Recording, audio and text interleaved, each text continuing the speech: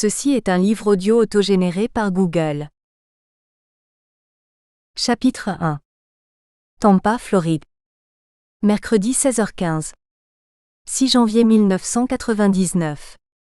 J'ai grandi près de Détroit, où les faibles étaient tués et dévorés. Ça n'a pas changé. Chaque matin pendant mes années de lycée, mon radio-réveil me tirait du sommeil avec les nouvelles.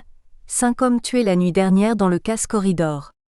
200 homicides cette année. Comme des statistiques sportives mais plus sanglantes. Curieusement, l'idée de changer de station ne m'a jamais traversé l'esprit. Pourtant, le meurtre était bien loin de ma vie de banlieusarde. J'ai finalement déménagé à Tampa pour son charme ensoleillé, son hospitalité sudiste, ses épiciers souriants, ses voisins polis, son ambiance de petite ville. Et l'absence de crime. Bon, disons moins de crimes. Mais les leçons apprises jeunes nous collent à la peau. Tous ces homicides de Détroit m'ont prouvé une chose. On ne voit jamais la balle qui nous atteint, même quand elle vous frappe entre les deux yeux. Bien sûr, je n'ai pensé à tout ça que bien après le moment où j'aurais dû me baisser. Carly Austin m'a tendu une embuscade chez moi. J'étais rentrée du travail plus tard que prévu. Préoccupée. Distraite. Trop de choses à faire, trop peu de temps pour les faire. Et elle était là. À m'attendre. Sa simple présence était un choc, elle m'ignorait depuis plus d'1 an. J'ai bien caché ma surprise, j'ai offert sourire et étreinte. Je l'ai invitée à prendre un verre.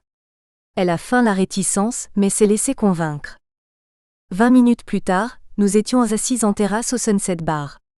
Je jouais avec le petit bâtonnet en forme de flamant rose dans mon Bombay Saphir tonique glacé, déplaçant le zeste de citron autour des glaçons, craignant de boire car l'alcool ferait ce que l'alcool fait toujours.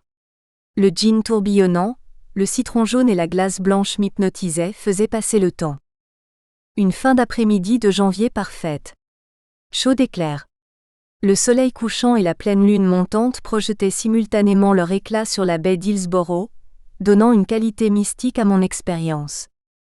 Je savais que c'était l'atmosphère qui me donnait cette impression, car je n'avais pas encore avalé de gin.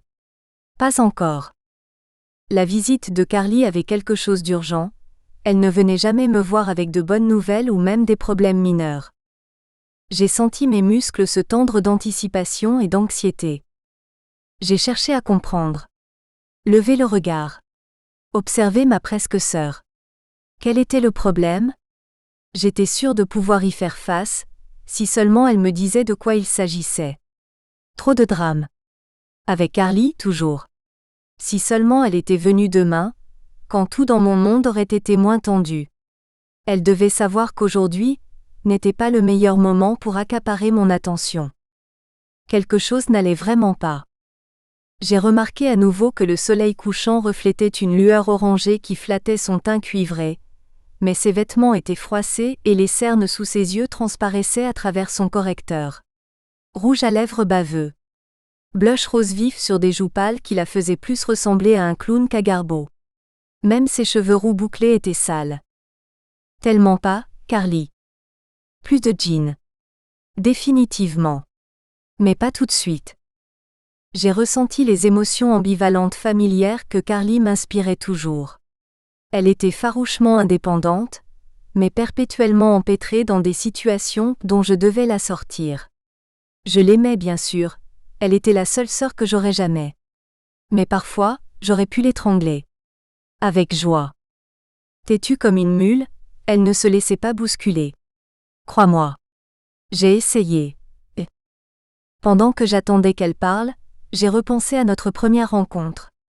Rassemblés autour du berceau, à observer. Instantanément adoré.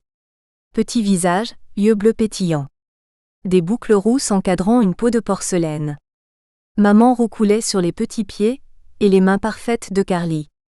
Ses frères murmuraient avec émerveillement en examinant ses minuscules ongles, ses cils parfaits. L'un des garçons, pas encore 10 ans et très malin, voulait l'appeler Curly, mais sa mère insistait sur Carly, et son frère lui donnait un coup de poing dans le bras chaque fois qu'il refusait de s'y faire.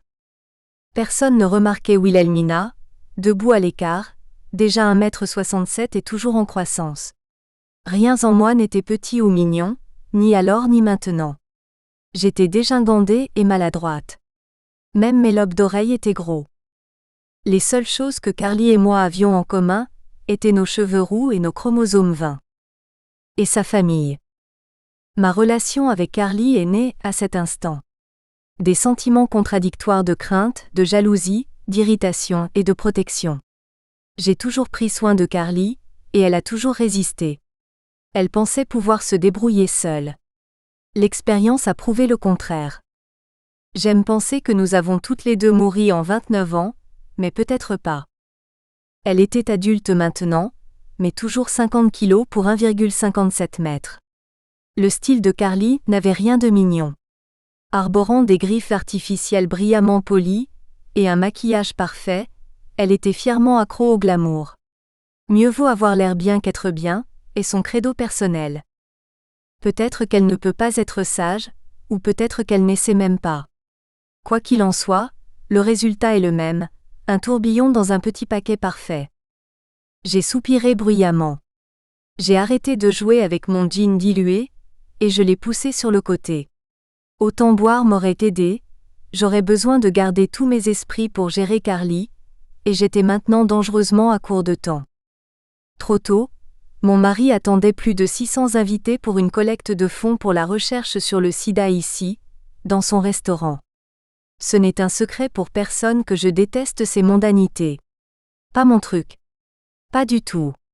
George m'avait peut-être vraiment prise en otage, quand il avait extorqué ma promesse d'agir comme hôtesse. 1 000 $ par couvert. Décideurs, faiseurs d'opinion et poseurs qui venaient voir et être vus sous leur meilleur jour. J'avais chaud, j'étais en sueur et je portais encore mes vêtements de travail. Bon, le suspense me tue. Je ne sais pas ce que tu as en tête, mais ça ne peut pas être si terrible. Réalisant que je m'exposais, j'ai demandé « Qu'est-ce qui se passe ?» Comme si elle n'attendait que ça, Carly a dit « C'est pire que tout ce que tu peux imaginer. » Elle l'a dit calmement, sans aucune de sa bravade habituelle. Mon impatience s'est dégonflée comme un dirigeable transpercé. Allez, voyons. J'ai beaucoup d'imagination, ai-je plaisanté. Ce n'est pas parce que tu ne m'as pas parlé depuis un moment que je ne me soucie pas de toi. La vérité, c'est que je me souciais trop. Depuis toujours. Je n'ai jamais réussi à endurcir mon cœur quand il s'agissait de Carly. Elle a souri un peu d'un air penaud. Ça semblait détendre l'atmosphère. Carly s'est affalée dans son fauteuil et a regardé l'eau. Il y avait quelques plaisanciers attardés sur leurs dériveurs, faisant la course entre Davis Islands et un point à une centaine de mètres au large de notre île, Planqui. Environ 1 an ou 2 plus tard, ou du moins ça m'a semblé aussi long tandis que je m'imaginais contrainte d'accueillir sénateurs et célébrités, vêtus uniquement de mes sous-vêtements, Carly a finalement commencé à parler. J'ai résisté à l'envie d'applaudir. Tu as vu News Channel 8 ce matin ? Pourquoi ?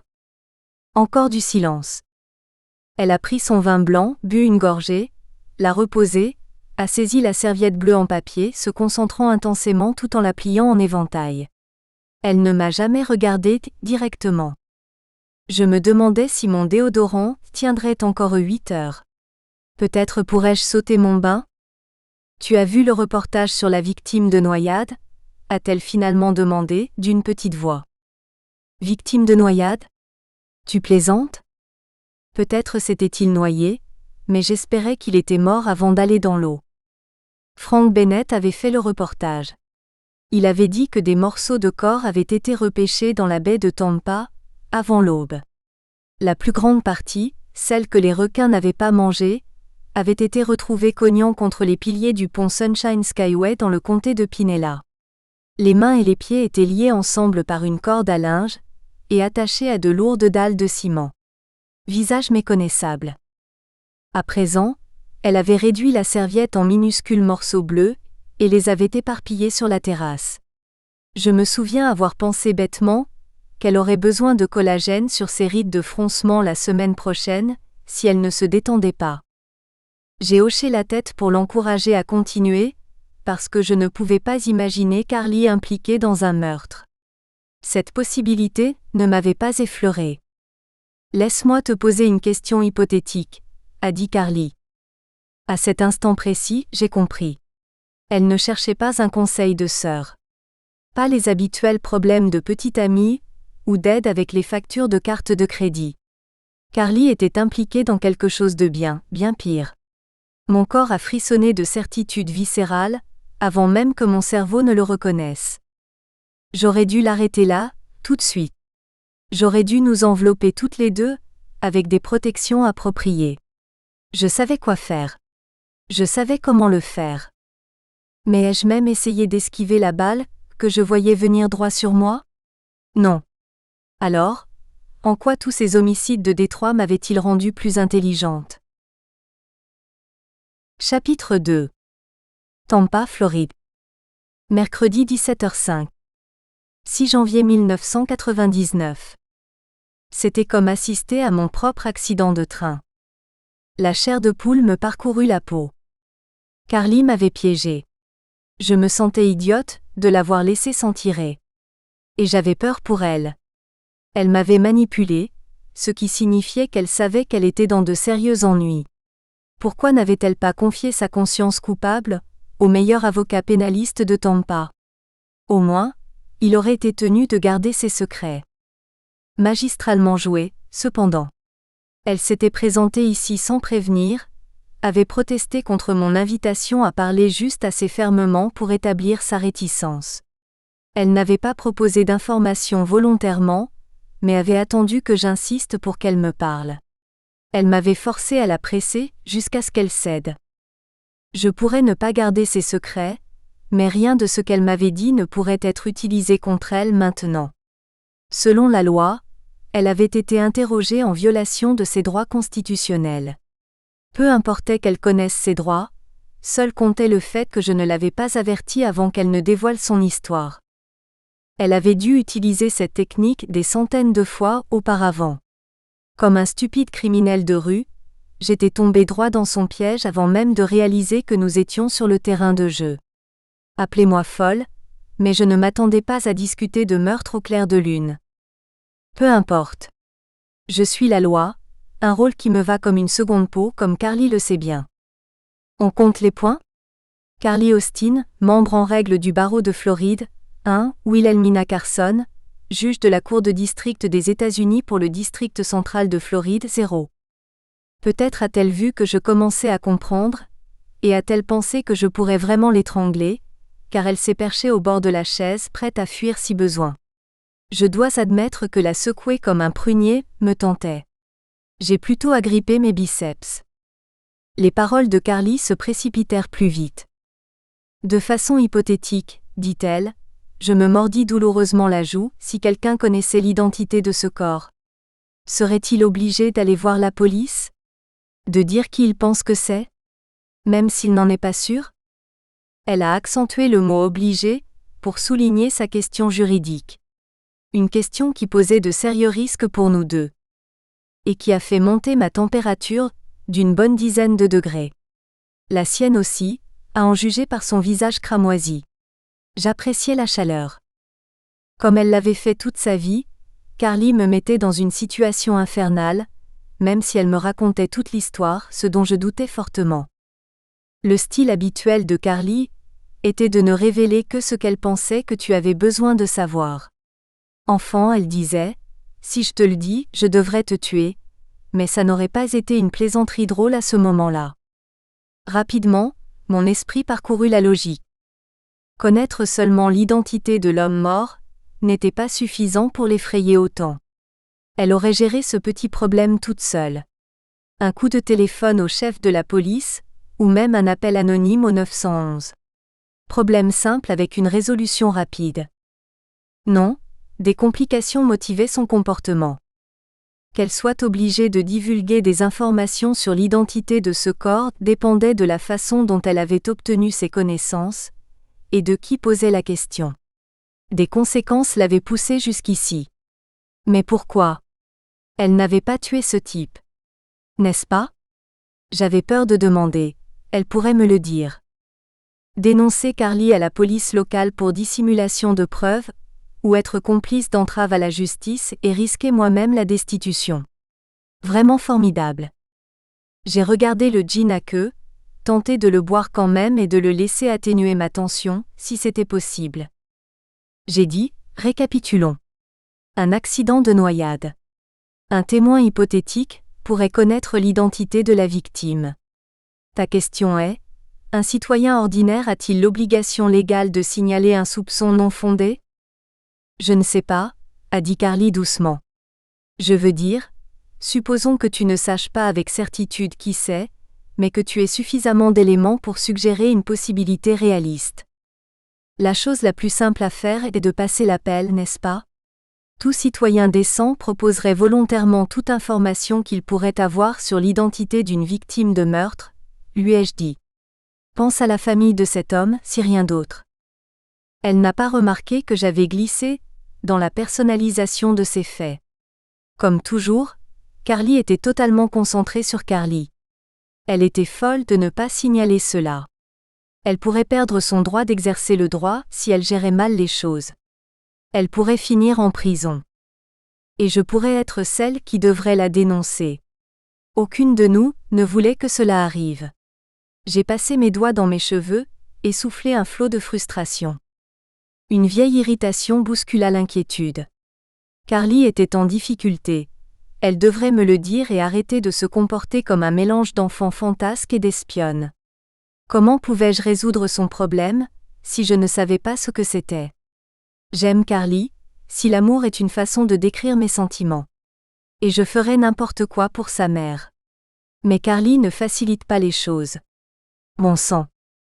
Je l'ai regardé calculer combien révéler, me garder attaché, mais ne pas trop en dire. Un jeu stratégique. Peut-être avait-elle été absente de ma vie pendant un moment, mais ses méthodes n'avaient certainement pas changé. Carly? Eh bien, de façon hypothétique, supposons que tu aies passé beaucoup de temps avec un type et qu'il ait manqué un rendez-vous important avec toi, et que pendant un mois après ça tu n'aies jamais pu le joindre, dit-elle, distribuant l'information comme si elle servait du bœuf Kobe coûteux à une sans-abri. Ma patience céda. Je connais plusieurs personnes que je n'ai pas vues depuis un mois, mais je ne crois pas que l'une d'elles ait été immergée dans la baie de Tampa tout ce temps. Au diable. J'ai attrapé le gin, et en ai bu environ la moitié. Même avec de l'eau de glace fondue remplissant le verre, je l'ai senti frapper mon estomac comme un choc. J'aurais dû déjeuner. Oui, mais ensuite des articles ont commencé à paraître dans le journal sur sa disparition. Carly a regardé l'eau pendant plusieurs instants. D'une voix si basse que j'ai dû me pencher pour l'entendre, elle a dit, « Et la dernière fois que je l'ai vu, il m'a dit que quelqu'un allait le tuer. » Les effets du gin se sont évaporés aussi vite qu'il s'était installé. Après des années à écouter les histoires des clients, à rester impassible au tribunal pendant que votre théorie de l'affaire est aplatie par l'avocat adverse, puis sur le banc à écouter toutes sortes de récits ridicules, j'avais appris à paraître calme et sereine quoi qu'il arrive. Mais paraître calme et être calme sont deux choses différentes. Mon cœur battant et mon pouls accéléré me racontaient la vraie histoire. Je pouvais sentir mes mains commencer à trembler, alors je me suis assise dessus. Je n'avais pas besoin de ce que sa mère appelle ma sagesse intérieure, pour me dire que Carly croyait absolument. Elle savait qui il était, qu'il avait été assassiné. Peut-être même savait-elle qui l'avait tué. Oh mon Dieu, ai-je prié. Mais pourquoi? Pour avoir tort? Pour remonter le temps, et effacer toute cette conversation? Le simple fait de connaître le mort rapprochait Carly du meurtre plus que je ne le souhaitais pour nous deux, plus près que je ne m'étais senti quand je vivais à Détroit, et que des personnes anonymes étaient assassinées chaque jour. De façon hypothétique, qui le témoin croit-il que le mort est? J'ai à peine reconnu ma propre voix, et je n'étais pas sûre que Carly m'ait entendu. J'ai éclairci ma gorge et dit, « Carly ?» Un peu plus fort.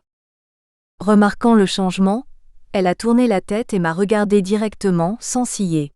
« Dr Michael Morgan. » Elle m'a tendu un petit morceau de journal. Tiens. Elle l'avait tenu froissé dans sa main. Le papier était humide, l'encre maculée par sa sueur. J'ai aplani les plis. L'article était court, du Tribune, daté d'environ 2 semaines plus tôt. Pas de photo. Médecin disparu. L'autrefois éminent chirurgien esthétique, Dr Michael Morgan, a été signalé disparu. Le Dr Morgan vit seul et est devenu reclus ces dernières années, suite à sa condamnation pour possession de drogue il y a 8 ans. Quelques détails suivaient, mais rien de pertinent. Je me suis rendu compte que je retenais mon souffle. Je me suis adossé à ma chaise et j'ai essayé de respirer normalement. Carly continuait de regarder à travers moi. Le Dr Morgan était un chirurgien esthétique, localement éminent. Légendaire. Un enfant prodige. Certains disaient un génie. Je ne l'avais jamais rencontré, mais j'avais vu son chevau dans les dossiers de mon tribunal de nombreuses fois. Les registres fiscaux de petites villes listaient des populations entières en moins de pages. Morgan avait été publié plus d'une fois dans chaque grande revue médicale américaine, était l'auteur de 2 manuels, et avait pratiqué la chirurgie esthétique sur les 3/4 des citoyens aisés de Floride, hommes comme femmes. Il enseignait à la faculté de médecine, donnait des conférences sur les questions médico-légales à la faculté de droit. Bref, il était aussi proche du génie médical que possible. Complètement sobre maintenant, j'ai essayé mais n'ai pas pu saisir l'idée que le Dr Morgan avait été tué avec autant de malveillance. Ici à Tampa, le meurtre se vend environ $500. Du moins, c'est le tarif pour les forains, les dealers et les sans-abri. Je ne sais pas pour les médecins. Mais Michael Morgan? Qu'est-ce que quiconque aurait pu avoir contre lui? J'ai dû réfléchir trop longtemps. Carly s'est levée, a repoussé sa lourde chaise en rotin de la table et s'est éloignée. J'ai supposé qu'elle était allée se repoudrer le nez. Nous parlerions à son retour. Mettrions les choses au clair. Déciderions quoi faire. Mais elle n'est pas revenue. Après 10 minutes, je suis parti à sa recherche. L'hôtesse a dit que Carly avait quitté le bâtiment. Je me suis précipité dehors, pour vérifier le parking. Sans succès. Personne aux alentours. Pas même le voiturier. J'ai couru à l'intérieur de la maison, à travers le restaurant et j'ai monté les escaliers 2 par 2 jusqu'à notre appartement au 2e étage. J'ai traversé le salon en courant, et suis allé à la fenêtre qui surplombe l'allée. J'ai regardé la berline grise de Carly franchir le pont de Planky vers Bayshore Boulevard. Elle a tourné à gauche, s'éloignant du centre-ville, et je l'ai perdue de vue entre les palmiers et la circulation. Je suis resté là un moment, fixant le point où elle avait disparu dans le crépuscule qui s'assombrissait rapidement. Inspire, expire, me répétais-je pour faire cesser le tremblement de mes mains tandis que je descendais lentement les escaliers. C'était bien Carly de s'attirer des ennuis, et de les déposer sur mes genoux. Je la sauvais d'elle-même depuis presque toute sa vie, mais cette fois elle avait peut-être dépassé ce que je pouvais gérer. Pour la première fois, j'ai remarqué l'activité agitée dans la salle à manger. Le personnel temporaire que mon mari, George, avait embauché pour servir la collecte de fonds de ce soir travaillait avec détermination. Carly était partie, je n'avais aucune idée où elle était. J'ai appelé son portable, sa maison et son bureau. Laissé des messages. Je ne pouvais rien faire de plus ce soir. Le chef de la police Ben Hathaway, ainsi que tous ceux qui pourraient être intéressés par la disparition du Dr Morgan, seraient de toute façon ici même au restaurant de George pour la soirée. De plus, George était si nerveux à propos de cette soirée que je devais faire ma part pour en assurer le succès. Des rumeurs prétendaient que le sénateur et Victoria Warwick et Elizabeth Taylor, l'actrice et militante contre le sida, pourraient y assister. Le Dr Michael Morgan, et l'implication de Carly avec lui quelle qu'elle soit devrait attendre. S'il était déjà mort, je ne pouvais pas le ramener à la vie. Contrairement à la croyance populaire, les juges savent que nous ne sommes pas des dieux. Chapitre 3. Tampa, Floride. Mercredi 17h30. 6 janvier 1999. Je suis retourné au Sunset Bar, j'ai avalé mon gin et j'ai laissé le liquide dilué me détendre. La tension s'est chimiquement effacée de mon estomac, et le reste de mes muscles allait bientôt le sentir aussi. Avec un peu de chaleur. Le soleil de janvier, près de l'horizon, ne réchauffait plus. À quelle température seraient les eaux du Golfe à cette période de l'année? Bien en dessous des températures corporelles confortables, c'est certain. L'hypothermie tue aussi. Georges est sorti de la cuisine, lançant des mots par-dessus son épaule que je ne pouvais pas entendre. Il portait son uniforme habituel, pantalon kaki, polo et mocassin cordovan à franges, sans chaussettes. Aujourd'hui, le polo était jaune vif. Il faisait ressortir son bronzage profond et ses cheveux noirs comme un néon. Malgré toutes ses protestations concernant notre départ du Michigan, il était devenu un Floridien perpétuellement à l'aise, environ 20 secondes après notre emménagement ici. Culturellement, la distance entre Grosse Pointe et South Tampa est moins grande que la géographie ne le suggère. Il m'a aperçu, s'est approché et m'a offert un baiser, que j'ai rendu avec plus de désespoir, voulant sentir quelque chose de solide qui n'avait rien à voir avec l'eau froide, les médecins morts et les sœurs disparues en difficulté. Une fois libéré, il a dit « Bien, tu es rentré tôt. Tu peux jeter un coup d'œil rapide dans la salle à manger, pour t'assurer que tout est prêt? Reste juste assis avec moi un instant. Je suis sûr que Peter a tout sous contrôle. » Peter, le maître d'hôtel de Georges, pourrait gérer l'endroit les yeux fermés. Un gala de bienfaisance pour 600 personnes n'était pas un grand défi. Il avait déjà tout fait, auparavant. J'ai un faible pour Elizabeth Taylor, depuis que j'ai vu National Velvet pour la première fois. Je veux la faire tomber à la renverse. Il a agité les sourcils comme Groucho Marx, pour me forcer à sourire. Il n'est pas voyant, mais 17 ans de mariage lui ont donné un 6e sens pour percevoir mes humeurs. Il sait sur quel bouton appuyer. Tu agis comme si tout ça était terriblement important pour toi, alors que tu te fiches qu'il passe un moment merveilleux ou non, l'ai-je taquiné. Chaque événement que nous organisons ici est important pour moi. Puis, il a cédé un peu. Ce n'est pas parce que je n'ai pas voté pour notre sénateur démocrate que je veux que le critique gastronomique du Tribune ou les pages société du Times descendent ma soirée. Le Tribune ou le Times trouvant quelque chose de moins que parfait? Aussi improbable que de la neige pendant un été à Tampa. Les chefs de Georges ont remporté le Golden Spoon Award 5 fois, et le magazine Florida Trend a retiré son restaurant du numéro annuel Best of Florida parce que rien ne pouvait rivaliser. Apporte ton verre. Je vais te faire oublier Elizabeth Taylor. J'ai lancé un regard suggestif, le moquant, et cette fois c'est lui qui a ri. Nous nous sommes installés à ma table extérieure préférée. Des fauteuils à bascule en osier nous invitaient à nous détendre et à profiter de la vue. S'asseoir dehors pour regarder soit le lever, soit le coucher du soleil sur l'eau, est l'une des meilleures choses à propos de la vie sur Planqui. Je ne me soucie pas assez du lever de soleil, pour me lever tôt. Maintenant, si le lever du soleil est la fin d'une soirée parfaite, c'est autre chose. Nous sommes restés assis en silence, les mots entre nous étant inutiles. Peut-être que la meilleure partie du mariage est la compagnie confortable quotidienne. Georges a été le meilleur ami que je pourrais jamais avoir, bien que lorsque nous nous sommes rencontrés, j'imaginais une romance et une passion éternelle. J'ai eu ça aussi.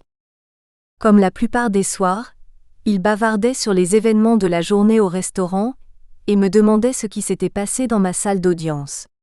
Nous étions tous deux trop nerveux pour nous détendre, bien que pour des raisons différentes. Le soleil a disparu à 17h49, 1 minute plus tard qu'hier, 1 minute plus tôt que demain. Coucher de soleil normal à Tampa. Pas de nuages bas pour créer les effets spectaculaires dont nous profitions au Michigan. Pas de vent glacial de janvier non plus. Georges a bondi pour terminer ses préparatifs. Je suppose qu'après 17 ans, je ne peux pas espérer concurrencer Elizabeth Taylor. Comme promis, je suis passé sous l'arcade menant à la salle à manger principale pour une inspection finale. L'ancienne salle de bal accueillait confortablement une trentaine de tables rondes. Ce soir, décorée en fuchsia et blanc, avec des broméliacées rouges et vertes, des oiseaux de paradis et d'autres plantes tropicales qui poussaient dans les jardins soigneusement entretenus ici sur Planqui. Nappe blanche, serviette fuchsia. Pas la vaisselle habituelle du restaurant, mais le meilleur hérène de minaret, du Waterford et des couverts en argent. Tout était venu avec la maison quand nous en avions hérité de la tante Minnie de Georges, maintenant disposée impeccablement en 10 couverts par table. La sculpture de glace sur la table d'honneur était vraiment spectaculaire. Un aigle, les ailes déployées, s'étendant sur plus de 4 pieds. Nous espérons que vous avez apprécié cet aperçu. Pour continuer à écouter ce livre audio sur Google Play Livres, utilisez le lien dans la description de la vidéo.